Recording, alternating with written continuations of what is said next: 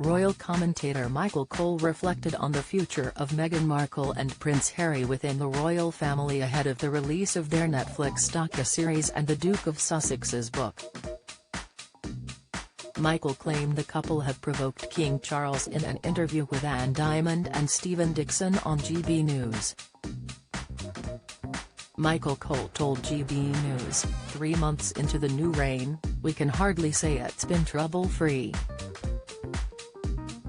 They've had to endure 10 parts from Netflix, Series 5 of The Crown, and now we're going to get a 6-part bombardment from Grievance Incorporated, the Sussex branch that is in California, a sniping from their hilltop fortress, inside this gated community. We don't know yet whether it's all going to be all sizzle or no sausage, we'll have to see what they're going to say. But Netflix have invested millions in brand Sussex, Meghan and Harry, and they'll be wanting to have a return on that huge investment. Read more, and if people tune in, and it's just another lot of we're right and they're wrong, and I think people might get weary of this, he continued. In this world, 2 time zones away from where we're sitting at the moment, there's a terrible war going on and people don't know whether they're going to live or die tomorrow, and people are being murdered and raped. In this country, people are scared to turn on the heating, they're sitting there in the cold because they don't think they can pay the gas bill.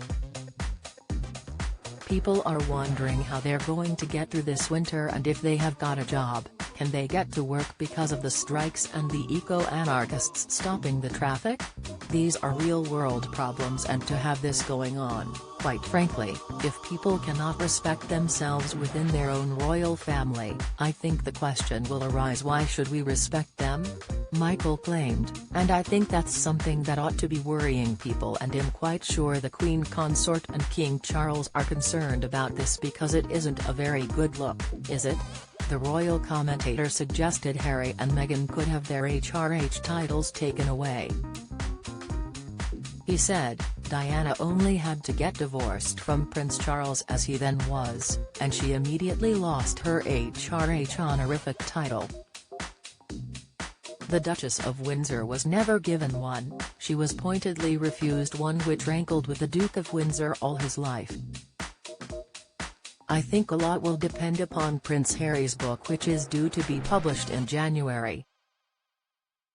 By the way, my wife noticed a couple of days ago that it was on sale or pre-ordered at WH Smith at half price already.